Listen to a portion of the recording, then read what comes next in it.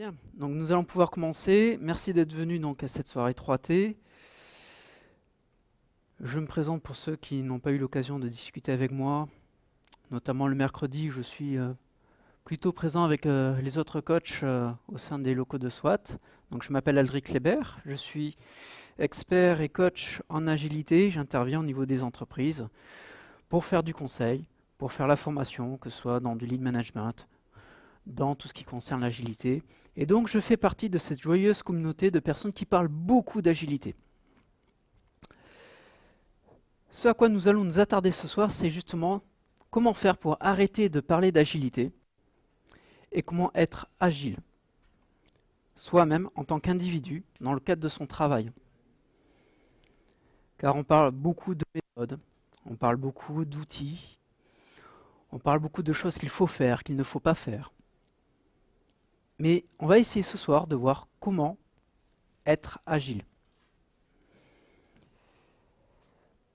Alors ce qui m'a motivé au départ à faire cette soirée 3T, c'est un certain nombre d'observations, de dérives que j'ai pu constater.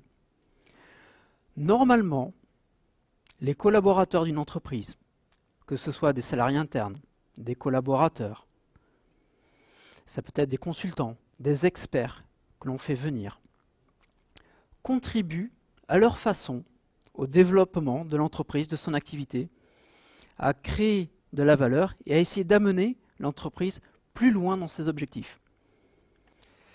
Malheureusement, ce que j'ai pu observer personnellement, c'est que on voit de plus en plus de transformations digitales. On va voir donc des agilistes qui vont avoir une activité d'évangélisation, qui vont énormément solliciter les organisations, vont les transformer en profondeur, pas forcément en respectant la volonté des individus eux-mêmes, et vont énormément mobiliser d'énergie. Elles vont consommer du temps, beaucoup de temps. Et puis ces personnes-là vont essayer d'enrôler d'autres agilistes qui eux-mêmes vont avoir ce rôle-là, d'évangélisation. Donc au final, on se retrouve avec des transformations que l'on appelle souvent des transformations digitales dans les entreprises, où on va avoir de plus en plus d'agilistes, de personnes qui vont parler de ce qu'il faut faire. On doit être agile, on doit faire de l'agilité. Et au final, on se retrouve à des entreprises qui sont complètement exsangues, complètement vidées. Et ces personnes-là, elles se déplacent dans d'autres entreprises. Il se trouve qu'à Paris, il existe un grand nombre d'entreprises.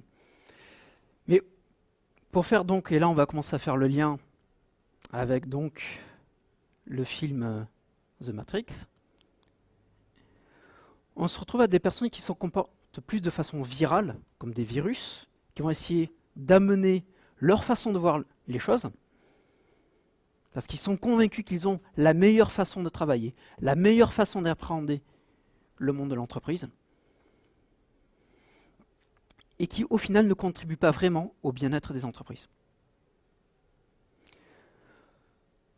Donc, ce soir, dans un premier temps, je vais identifier avec vous, en vous faisant part d'un certain nombre d'anecdotes, de dérives que l'on peut constater.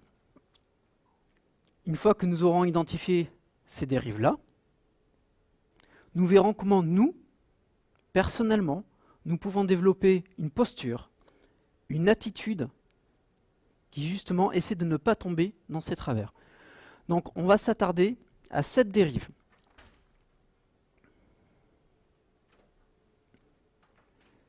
La première, le sauveur. Alors juste une question, est-ce que tout le monde a vu le film Matrix? Voilà, je parle du 1, le 2 et le 3 n'existent pas, c'est comme la cuillère, nous sommes bien d'accord. Bon. Alors le sauveur, de quelle façon cela se concrétise? La première fois que je suis intervenu dans le cadre d'une transformation digitale dans un très grand compte, qui était là dans le secteur, c'était le secteur de l'assurance. Cette entreprise a voulu entamer donc une transformation digitale. Elle a fait appel à des experts. Et donc, ces experts lui ont dit, vous devez faire l'agile. Alors, qu'est-ce que l'agile? Personnellement, parmi les coachs, on ne sait pas ce que c'est que l'agile. Alors, avec le temps, on a compris qu'ils voulaient parler de Scrum.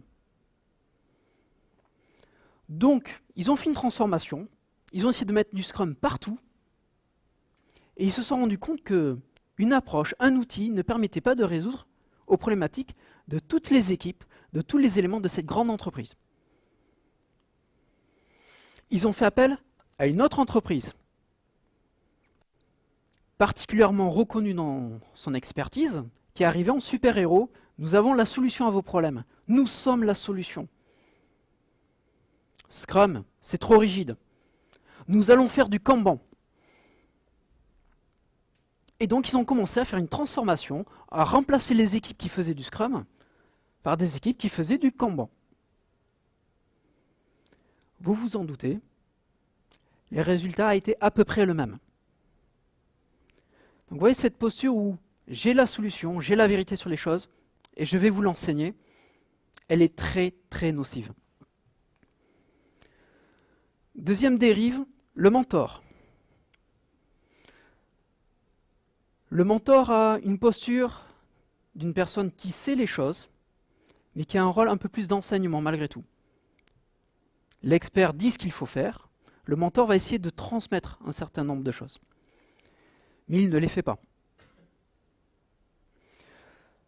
Le mentor, lui, effectivement, il va donner des instructions, mais il ne sera pas forcément moteur de son côté. Il intervient de façon extérieure, il va transmettre un savoir, mais il n'est pas engagé. Pour reprendre une des phrases, j'ouvre des portes, il ne m'appartient pas de la franchir. Donc, si l'équipe n'est pas capable de franchir la porte, eh bien, tant pis pour elle. Elle reste là où elle est. Et là, nous avons ce comportement souvent dans ce que l'on appelle les coachs agiles, qui vont faire donc du coaching, mais qui, malgré tout, ne font pas partie des équipes, ne partagent pas leurs problèmes. Elles donnent des directions, il faut aller vers là. Puis de toute façon, ils ne sont pas impactés par ce qui se passe. Une autre dérive, le soldat. Vous avez peut-être tous rêvé d'être capable de faire ce que fait Trinity. Sauter dans les buildings, dans les fenêtres, abattre n'importe quel adversaire, réveiller une personne d'entre la mort, bon, mort virtuelle certes. Là, nous avons affaire à des gens vraiment capables, qui sont vraiment dans l'action, qui solutionnent vraiment les choses, mais qui, à l'inverse du mentor, ne sont pas dans la transmission. Donc, vous avez un problème, vous envoyez le soldat, ça va mieux. Vous pensez que les problèmes sont enfin finis, le soldat s'en va, ou les soldats, et les problèmes recommencent. Donc, s'il y avait un objectif de transformation agile, de transformation de culture, c'est loupé.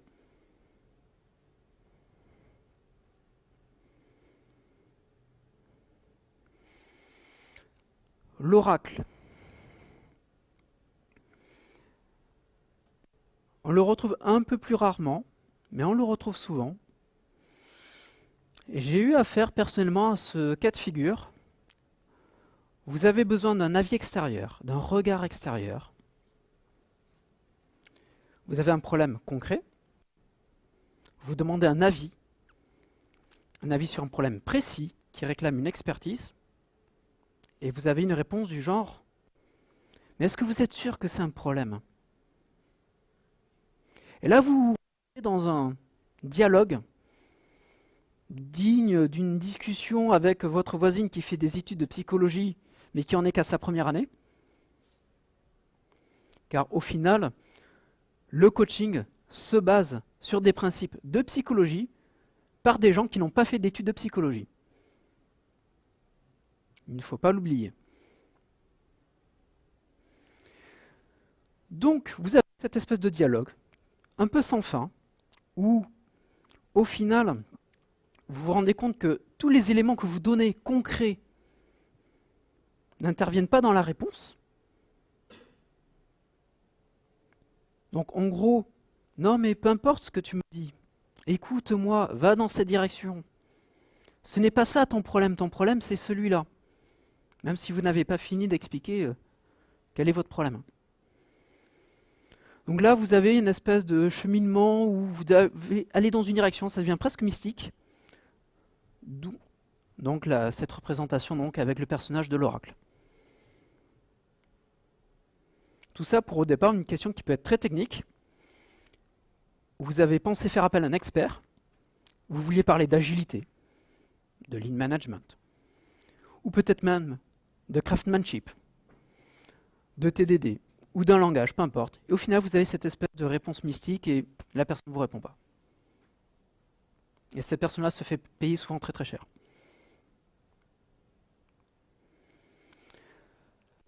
Un profil beaucoup plus courant. Alors, petite question, est-ce que vous vous rappelez comment elle s'appelle? Du jour. La racoleuse. Vous n'avez jamais rencontré ces agiles qui... Mais viens faire l'agilité avec moi. On va faire des serious games. Et tu vois, le développement, il devient plus fun, il devient plus cool. Viens avec moi, viens dans les équipes, viens voir un peu nos cérémonies. Et tu verras que le travail, ça devient quelque chose de très agréable. Et la finalité en devient presque de faire que ce soit agréable.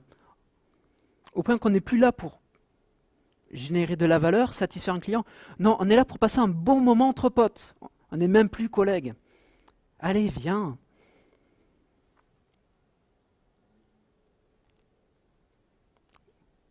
Là, je vois à vous sourire que vous en avez rencontré de ces gens-là. C'est une dérive. L'agilité est née dans un contexte où on devait produire des choses d'une bonne façon, mais où ce n'était pas pour rendre la vie plus facile en soi des développeurs. Ce n'est pas la finalité. Donc, d'où ce petit comique que vous devez reconnaître, où j'aime beaucoup la fin, au final. On va faire ci, on va faire ça, non, non, et puis bon, au final, qu'est-ce que l'on veut? On veut faire 80% de R&D et 20% de dev. Sauf que souvent, c'est de cette façon-là que l'on vend l'agilité aux développeurs. Alors je ne vous raconte même pas la façon dont on vend l'agilité aux décisionnaires. On produit plus vite, de meilleure qualité, à moindre coût. Donc la racoleuse, ça marche, mais pas seulement vers les développeurs. Vous avez aussi cette posture-là vis-à-vis des décisionnaires et des managers. L'opérateur. Alors là, c'est un cas un peu plus fin. Vous avez affaire à une personne dans une équipe où, grâce à elle, les choses deviennent plus simples, où il devient plus facile de pratiquer l'agilité. Et cette personne-là va vous dire, c'est simple, c'est parce que je suis agile. Alors derrière ça se cache par exemple, le coach DevOps, où tout un ensemble de pratiques promues par l'agilité, où il ne suffit pas d'avoir ces pratiques pour être agile. Ce n'est pas parce que vous pratiquez le craftsmanship que vous êtes un agiliste. Ce n'est pas parce que vous maîtrisez les techniques DevOps et que vous faites du DevOps dans le cadre de votre entreprise ou de vos équipes que vous êtes un agiliste. Mais parfois, vous pouvez avoir ce discours-là qui apparaît, du fait de ce caractère indispensable. Grâce à moi, vous allez être agile. Donc là, on perd complètement la notion d'autonomie, d'empowerment des équipes, parce que du moment qu'on est dans l'équipe, ça passe. Donc ça, c'est une dérive qui est un petit peu plus, que l'on voit, c'est beaucoup plus récent dans les observations que j'ai pu faire. Vous le reconnaissez? Monsieur Reinhardt, le patron de Thomas Anderson. Voilà, nous avons affaire à ces personnes qui se disent « Moi, je suis plus qu'agile, je suis une personne pragmatique. Moi, je suis attaché à aucune méthode, je suis attaché à ce qui marche. » Pourquoi pas? Et très souvent, quand vous regardez ce qui se passe, vous avez affaire à des personnes qui sont des maniaques du contrôle, voire du command and control, du micromanagement. Ou au final, quand vous regardez la façon dont ils gèrent leurs subordonnés, car là nous avons affaire à un manager, vous vous rendez compte que les gens ne sont plus des collaborateurs, ce sont des ressources. Mais ces personnes-là vont vous expliquer qu'elles font l'agilité depuis très longtemps, bien avant qu'on appelle cela l'agilité. Extrêmement courant.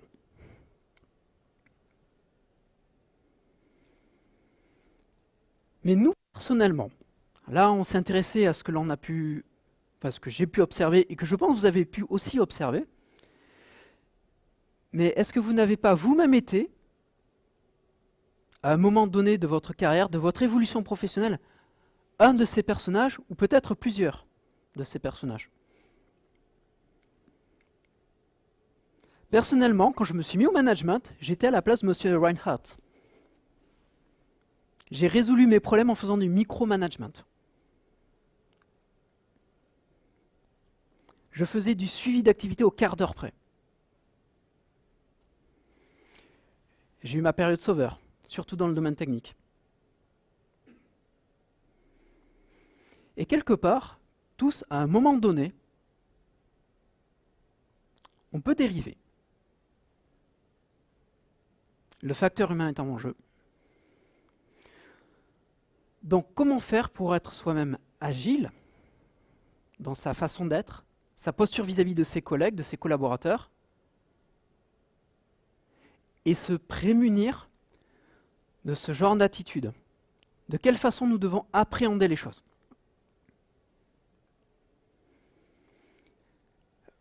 Alors, est-ce que vous connaissez ce bouquin, La sagesse des foules? La sagesse des foules, alors le titre original est en anglais, The Wisdom of Crowd, explique que dans un certain contexte, dans un certain cadre, un groupe d'individus diversifiés arrivera à trouver des réponses ou des solutions qui sont plus pertinentes qu'un expert isolé. Or bien sûr, ce phénomène-là ne se produit pas dans tous les contextes. Il faut respecter un certain cadre et qu'il y ait un certain nombre de critères réunis qui font que ce phénomène puisse se produire. Nous allons donc nous intéresser à 3 aspects. Le premier, c'est la diversité. Donc la diversité dans les groupes, les organisations, les équipes. L'indépendance et la décentralisation.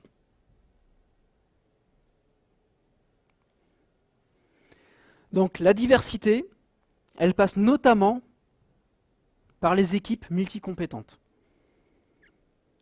Très souvent, lors des formations agiles, on vous parle des équipes pluridisciplinaires. Il faut absolument une diversité dans les groupes. Si on n'a pas cette diversité-là, si admettons on fait une équipe style Dream Team, avec tous les experts réunis dans un domaine, en réalité vous n'irez pas bien loin. Parce que tout l'intérêt d'une démarche collective et l'émulation d'une intelligence collective n'aura pas lieu, parce qu'il manque cette diversité-là. Pour résumer, on est toujours d'accord avec son clone.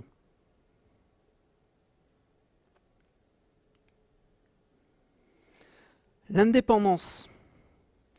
Pour que cette diversité puisse fonctionner, il faut faire en sorte que ce groupe ne rentre pas dans un moule qui va uniformiser chacun de ses membres.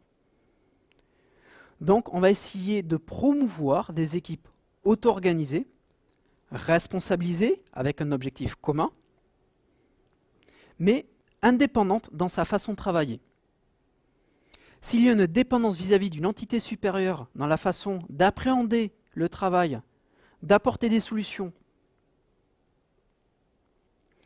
Avec le temps, la diversité va s'éroder et va faire entrer les gens dans un moule.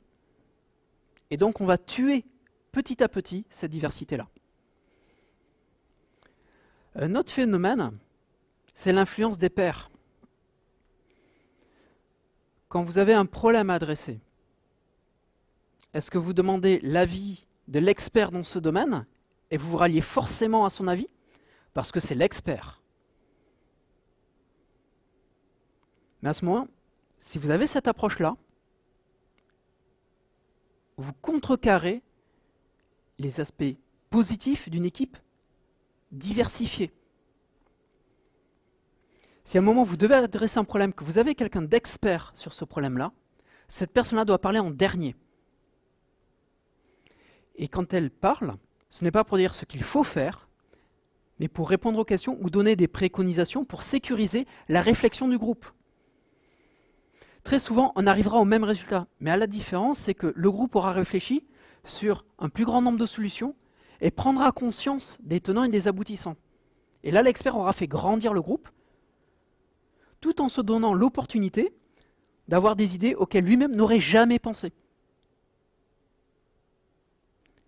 Donc attention aux influences à l'intérieur même d'une équipe. La décentralisation. L'idée de la décentralisation est de pondérer l'utilisation des mécanismes de vote ou d'autorité pour au final trancher quelle solution adopter. Est-ce que vous vous rappelez cette scène? À quoi elle correspond? Morpheus est prisonnier. Neo souhaite absolument sauver son ami. Mais Morpheus a donné une instruction à Trinity, celle de protéger coûte que coûte notre sauveur. Ils n'ont pas de consensus à ce moment-là. L'objectif de Neo, c'est de sauver Morpheus. L'objectif de Trinity, c'est de protéger Neo. Elle lui donne pas le choix. En gros, si tu n'es pas d'accord, va en enfer. Ce qui est intéressant dans cet exemple, c'est que très souvent, lorsque l'on va chercher des solutions, quand on va faire de l'innovation, on va essayer de restreindre les idées et de choisir, bon finalement, quelle idée on choisit et vers laquelle on va s'investir. Cette démarche-là permet de sécuriser les efforts, dans le sens où on évite de se disperser.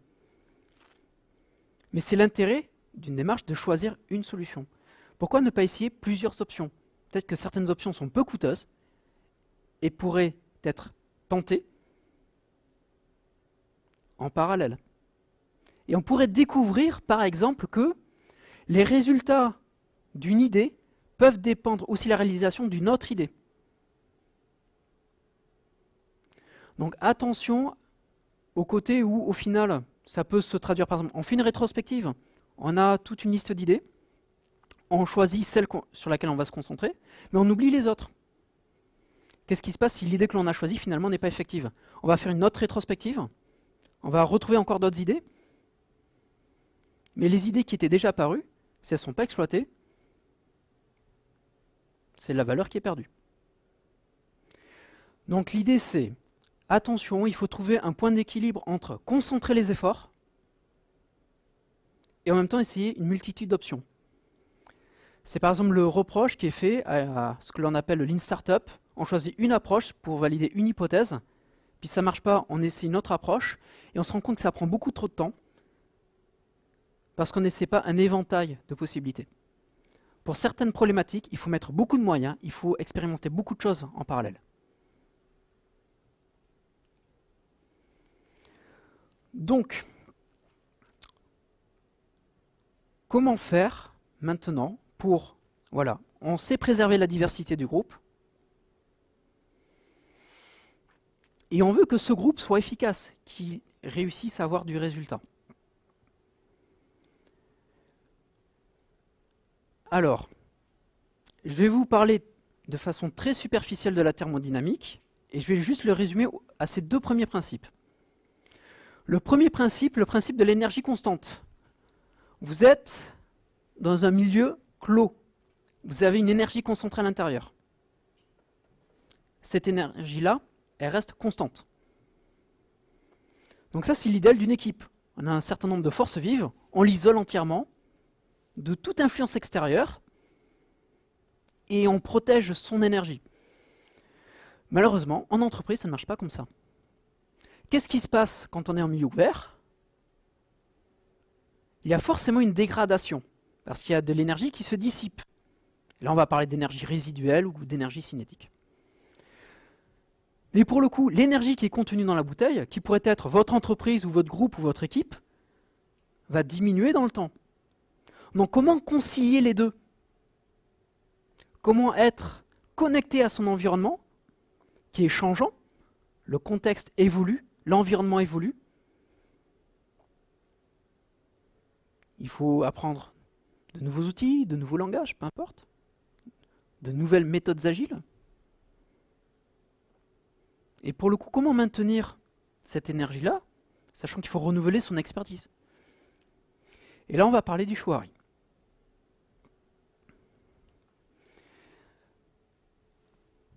Vous reconnaissez cette scène? Alors, là, Néo est dans la posture Shu. C'est-à-dire qu'on va lui demander de reproduire quelque chose qu'il ne maîtrise pas entièrement. Morpheus est en train de traverser donc un building en faisant un petit saut, facile. Oublie tout ce que tu sais et vas-y. Et donc Néo, il va essayer. Je dis bien essayer. Parce que dans la pratique, ça ne vient pas facilement pour obtenir une compétence ou une expertise. Donc, posture Shu, vous ne comprenez pas tout et vous répétez ce que l'on vous montre. Dans le A, là vous comprenez ce que vous faites. Là vous avez tout compris des arts martiaux et vous êtes dans la recherche de l'excellence et vous voulez être le meilleur. Et en gros, il veut mettre la pâtée à son mentor. Malheureusement, il y a l'expérience qui joue. Mais bon, on s'entraîne pour ça. Ça, c'est vraiment la posture du A. On recherche la perfection dans la réalisation. On a compris et donc on va être le meilleur dans la réalisation. Maintenant, qu'est-ce que le Ri? Puisqu'on a dit Shuari. Le Ri, c'est que vous avez tellement tout compris, que vous en avez trouvé les limites, vous allez au-delà, et vous en jouez de ces limites. Donc là, les lois de la physique, dans le cadre de la matrice, il va au-delà de ça. Là, vous avez une posture Ri. Non seulement vous êtes le meilleur dans ce que vous faites, mais vous êtes au-delà de ça. Et c'est souvent à ce stade qu'on vous conseille de transmettre ce que vous savez, parce que dans votre pratique de votre art, vous créez des choses.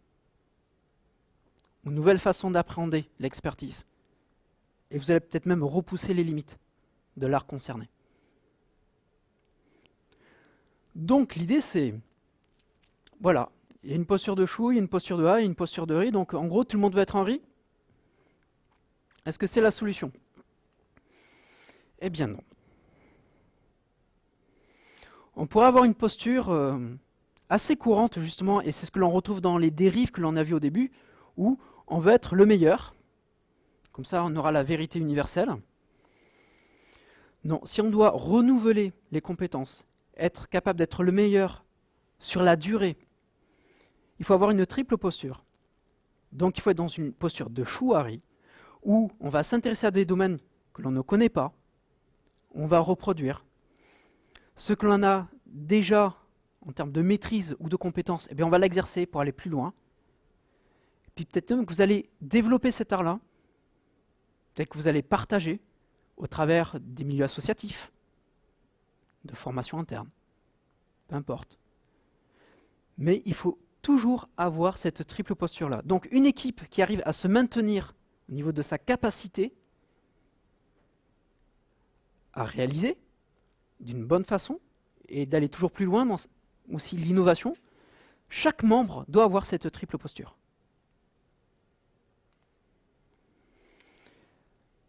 Quelque chose d'assez connu, le profil en T,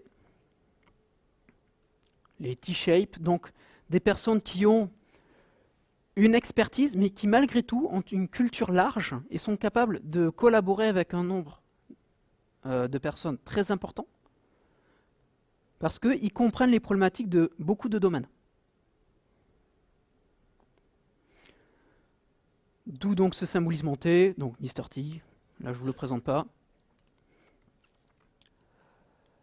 Alors, pour ce qui est de ce profil-là, comment arriver à avoir cette posture dans le temps? Car on ne l'a pas forcément, cette posture. Premièrement, il faut avoir une expertise. Donc si vous n'avez pas d'expertise, il faut en développer une. Donc là, à un moment, il faut concentrer son énergie, développer son expertise. Bon, à défaut d'être un T, vous allez être un I, hein, mais déjà, c'est le point de départ. Ensuite, il va falloir développer un certain type de personnalité. Il va falloir être quelqu'un de curieux, même au-delà du travail. Mais surtout, il va falloir avoir une démarche active, où vous allez vous intéresser à un grand nombre de domaines et y consacrer du temps. Si votre énergie, votre auto-formation est toujours sur une expertise, vous n'aurez pas cet élargissement-là dans votre palette.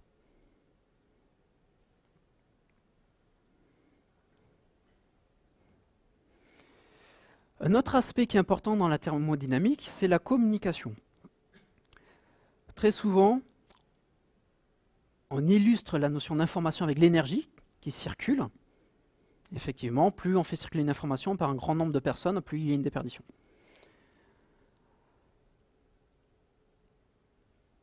Personnellement, je suis incapable de lire ce qu'il y a à l'écran. Mais dites-vous que c'est à peu près la même chose de toutes les personnes qui n'ont jamais travaillé dans un contexte agile et qui n'ont pas été formées dans l'agilité. Le vocabulaire de l'agilité est très très large. On va parler de Gymkhana, de Kaizen, de Coding Dojo, de Kata, de Sprint. Puis après, on va vous parler, bon, vous dites c'est compliqué parce que c'est japonais ou autre, mais même en français, on va vous parler de vélocité, de débit. Alors avec ça, ça a beau être français, vous ne voyez toujours pas de quoi on parle. Mais si on va améliorer notre cadence.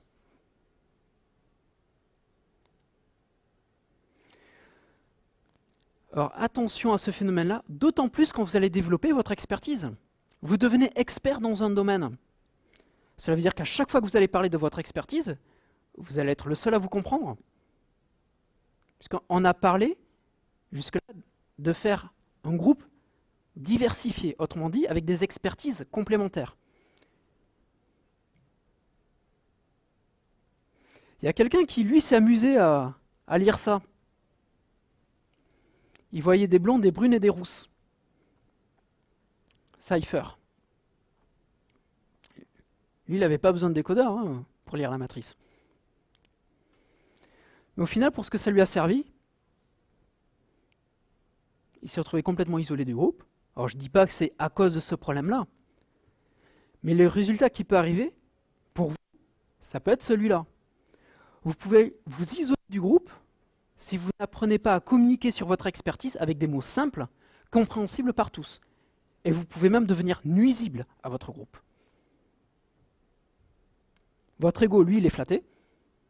Vous avez un super vocabulaire, il est précis. Mais par contre, il ne sert à rien. Parce qu'il ne sert pas à véhiculer l'information.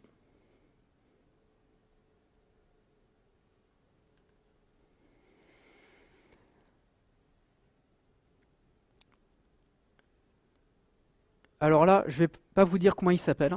Il n'a pas de nom. J'ai fait des recherches partout. Il faut absolument apprendre d'une part à être humble. On dit que la vérité sort de la bouche des enfants et des fous.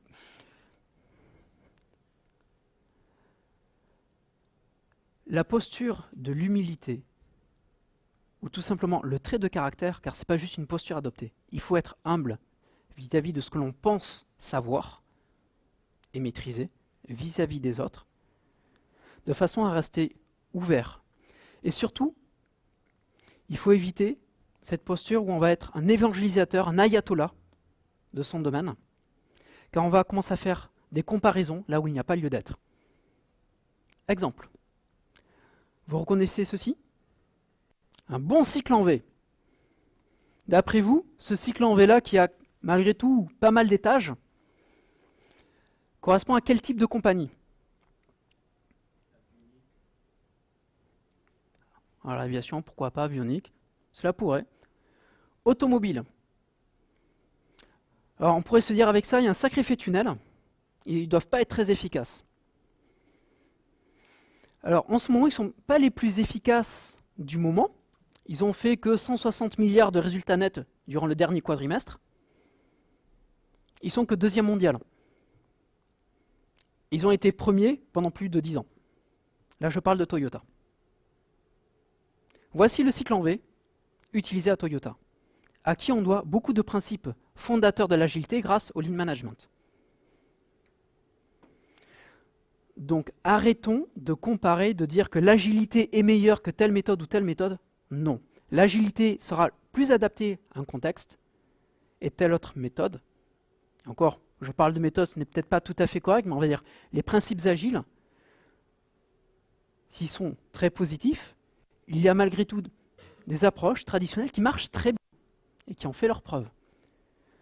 Donc, faire éclater la vérité, c'est aussi par l'humilité reconnaître qu'on n'a pas la réponse à tout lorsque l'on s'intéresse à l'agilité. Et ce n'est pas parce qu'on rentre dans une entreprise qui ne fait pas l'agilité qu'il faut les regarder dessus.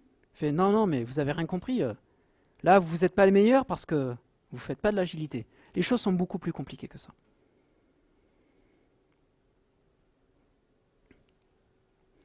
Donc, quel est le kit pour être une personne agile dans sa façon d'être? Il faut absolument privilégier la diversité dans un groupe plutôt que le rassemblement d'experts, surtout si c'est la même expertise.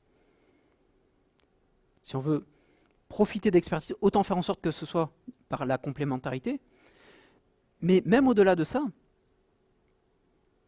mélangeons des juniors, mélangeons des experts, mélangeons des domaines différents. Et là, vous aurez une palette suffisamment large pour profiter pleinement d'une intelligence collective. Et pour vraiment être moteur dans cette logique-là, il faut avoir une posture d'échange et de partage, plutôt qu'une posture d'expert qui va dire « Écoutez-moi, la solution à votre problème, c'est ceci. » Faites plutôt du partage d'expérience. Votre expertise, vous l'avez construite dans le temps. Faites partager votre expérience, votre vécu, et non pas votre avis. Un vocabulaire maîtrisé plutôt qu'un vocabulaire spécialisé. Si vous utilisez un vocabulaire précis, assurez-vous que tout le monde le comprenne. Et si vous ne voyez pas comment transmettre une information sans ce vocabulaire, faites l'effort de former les gens. Et toujours des propositions humbles plutôt que des solutions clés en main.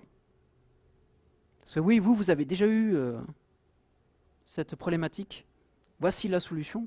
Non. Faites des propositions. Parlez-en. Faites de la co-construction dans le groupe. Et là, vous allez arriver au meilleur des deux mondes, qui est à la fois vous profiter de l'expérience que vous avez transmise et aussi d'idées nouvelles. Donc pour aller plus loin, forcément, si vous n'avez pas vu le film The Matrix, regardez-le. Important. La sagesse de la foule de James Surowiecki, je ne sais pas comment le prononcer, mais bon, vous le trouverez facilement sur Amazon. Un très bon article, What Google Learned from its Quest to Build the Perfect Team. Et là, vous allez apprendre des choses comme l'intelligence émotionnelle, comment développer sa personnalité pour être capable de travailler en groupe et non pas en solo, la thermodynamique, principes et applications, si jamais le sujet vous intéresse. Et donc, les 5 clés pour cultiver son intelligence émotionnelle, là, vous allez vraiment creuser le domaine à fond. Et ça vous sera très, très utile. Merci. Est-ce que vous avez des questions ?